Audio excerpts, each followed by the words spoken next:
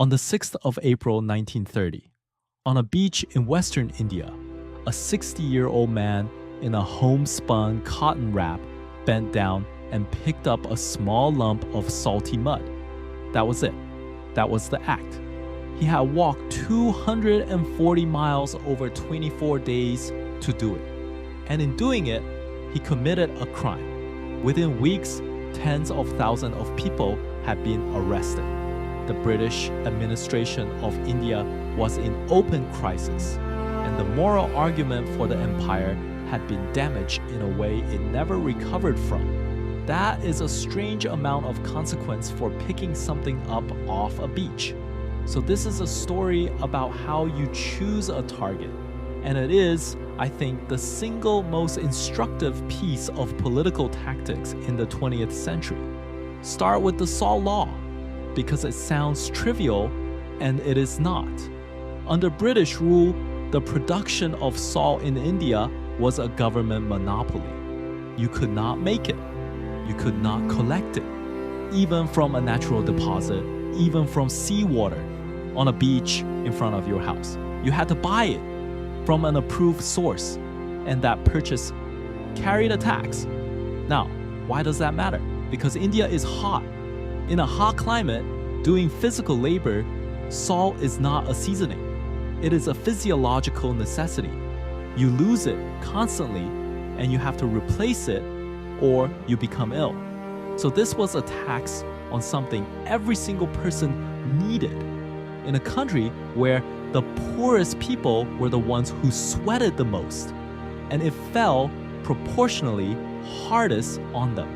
The tax itself was not the largest source of revenue.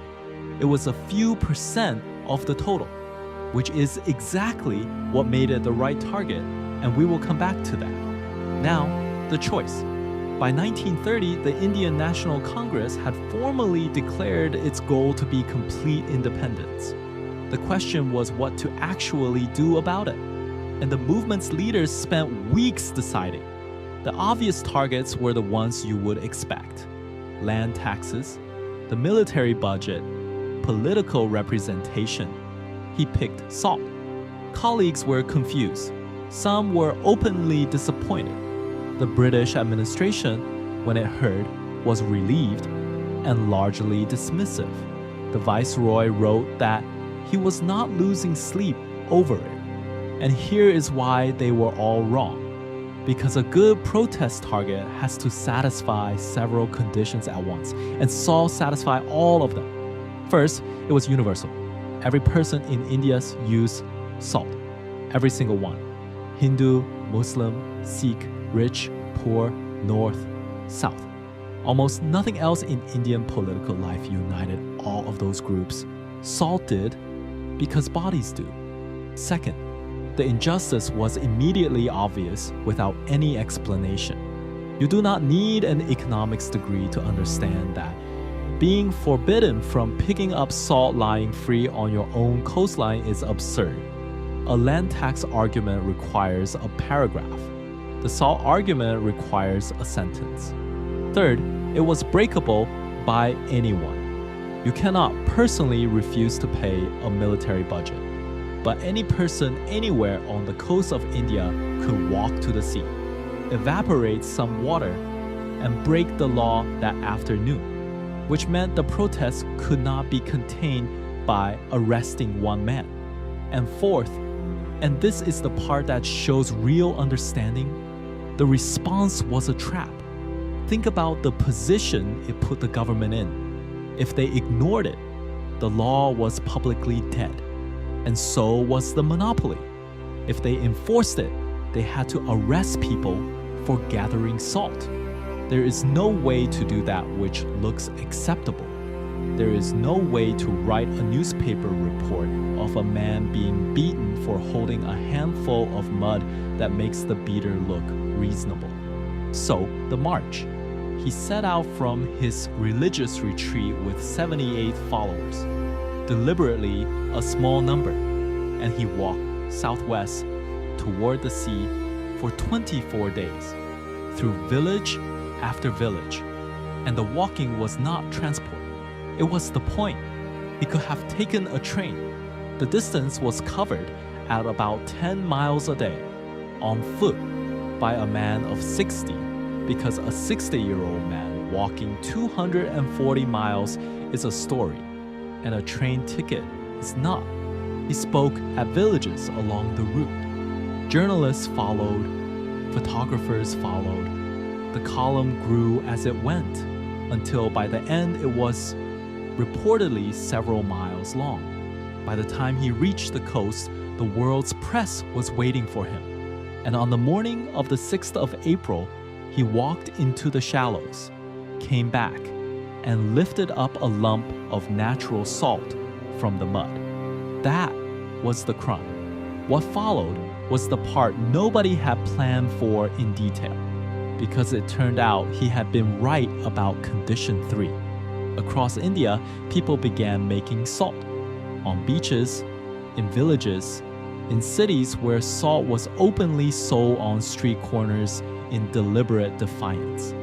It was not a march anymore. It was a national practice. The government began mass arrests. The numbers reached something in the order of 60 to 100,000 people over the following months, including most of the Congress leadership and eventually the man himself. And this is where the trap closed. Some weeks later, a large crowd of volunteers approached a government salt works in the northwest, intending to enter it. They had been trained in advance not to resist, not to defend themselves, and not to run. They walked forward in columns and were beaten back by police with steel-tipped lathis. And then the next column walked forward and was beaten, and then the next. Hundreds were injured. There is a dispatch from an American journalist who was present that was carried in hundreds of newspapers around the world. I will not quote his description of what he saw. The important part is the effect it had, because the reader of that dispatch was not being asked to weigh a political argument. They were being asked to look at what was being done to people who were standing still. And the case for the empire had always rested publicly on the claim that it was a civilizing and lawful enterprise. That claim did not survive the salt works. Now, the honest part. The Salt March did not win independence.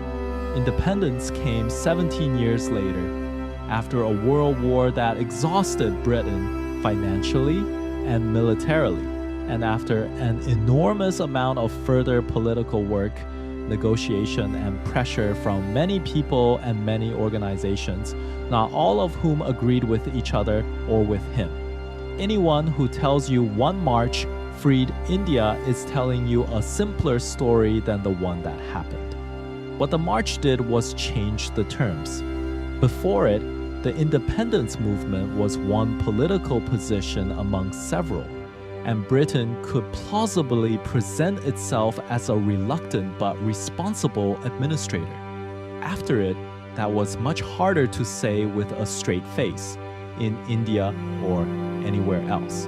And it established a method that was studied deliberately and closely by movements elsewhere for the rest of the century. So here is what I take from it. The tax was small. The salt was worthless. The act took a second. He chose it precisely because it was small, because a small thing that everyone needs and everyone can touch is far harder to defend against than a large thing that only some people understand. The most effective political act of the century was picking up something free that had been made illegal. And the reason it worked is that there was no dignified way to stop him.